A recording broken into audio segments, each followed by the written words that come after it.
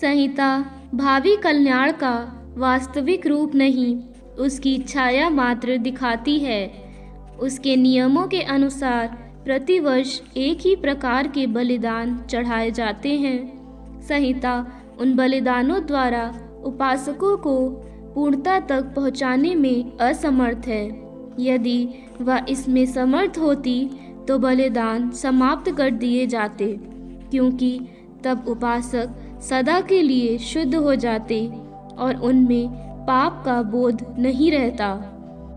किंतु अब तो उन बलिदानों द्वारा प्रतिवर्ष पापों का स्मरण दिलाया जाता है।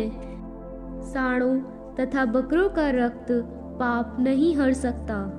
इसलिए मसीह ने संसार में आकर यह कहा, तूने ना तो यज्ञ चाहा और ना चढ़ावा, बल्कि तूने मेरे लिए एक शरीर तैयार किया है।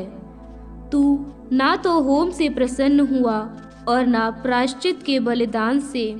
इसलिए मैंने कहा, ईश्वर, मैं तेरी इच्छा पूरी करने आया हूँ, जैसा कि धर्म ग्रंथ में मेरे विषय में लिखा हुआ है। मसीह ने पहले कहा, तूने यज्ञ, चढ़ावा, होम या प्रायश्चित का बलिदान नहीं चाहा। तू उनसे प्रसन्न नहीं हुआ।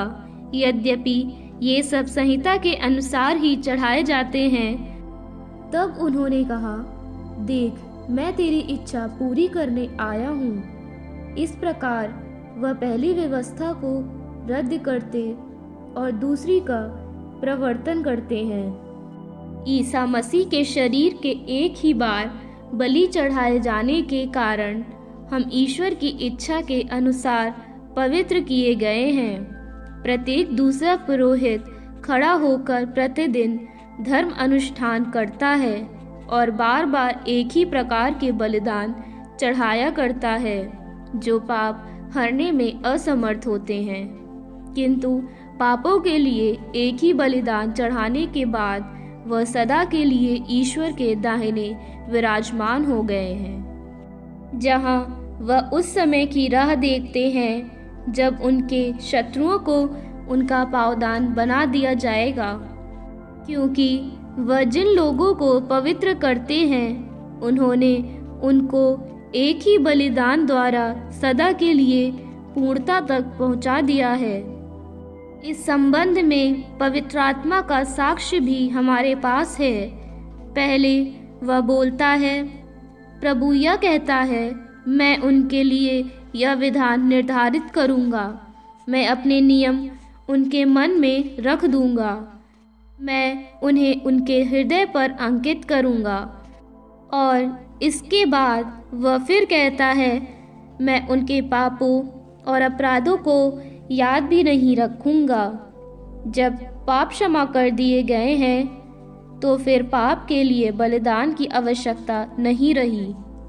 भाइयों, ईसा का रक्त हमें निर्भय होकर परम पावन मंदिर गर्भ में प्रवेश करने का आश्वासन देता है।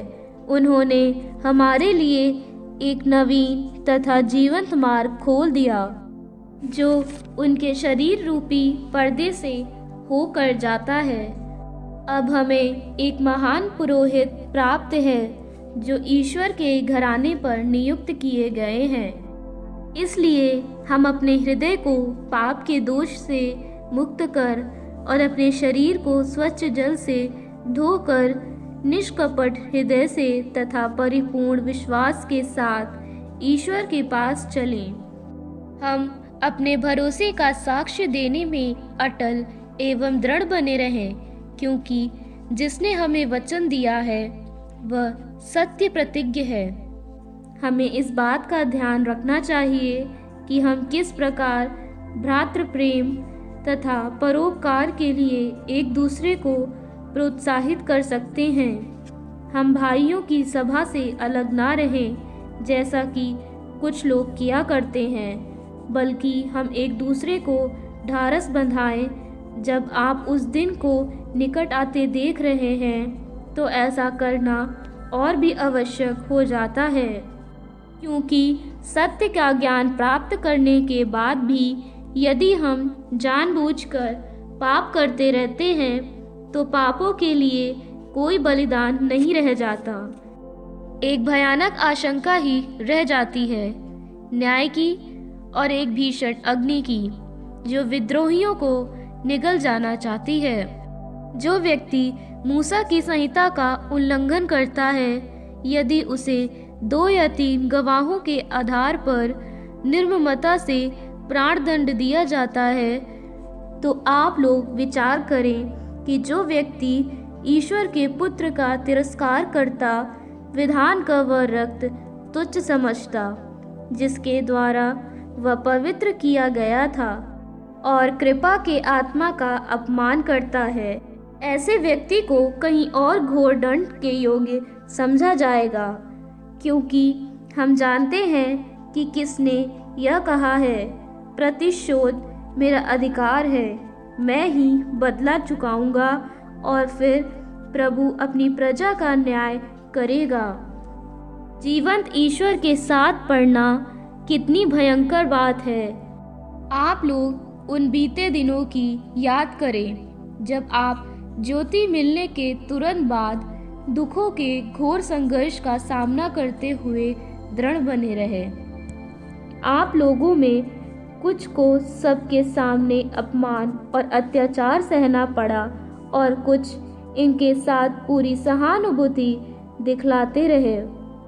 जो बंदी बनाए गए, आप लोग उनके कष्टों के सहभागी बने, और जब आप लोगों की धन संपत्ति जब्त की गई तो आपने यह सहर्ष स्वीकार किया, क्योंकि आप जानते थे कि इससे कहीं अधिक उत्तम और चिरस्थायी संपत्ति आपके पास विद्यमान है। इसलिए आप लोग अपना भरोसा नहीं छोड़ें, इसका पुरस्कार महान है। आप लोगों को धैर्य की आवश्यकता है, जिससे ईश्वर की इच्छा पूरी करने के बाद आपको वह मिल जाए जिसकी प्रतिज्ञा ईश्वर कर चुका है। क्योंकि धर्म ग्रंथ यह कहता है, जो आने वाला है वह थोड़ी ही समय बाद आएगा, वह देर नहीं करेगा। मेरा धार्मिक भक्त अपने विश्वास के कारण जीवन प्राप्त करेगा, किंतु यदि कोई पीछे हटेगा तो मैं उस पर प्रसन्न नहीं होऊंगा।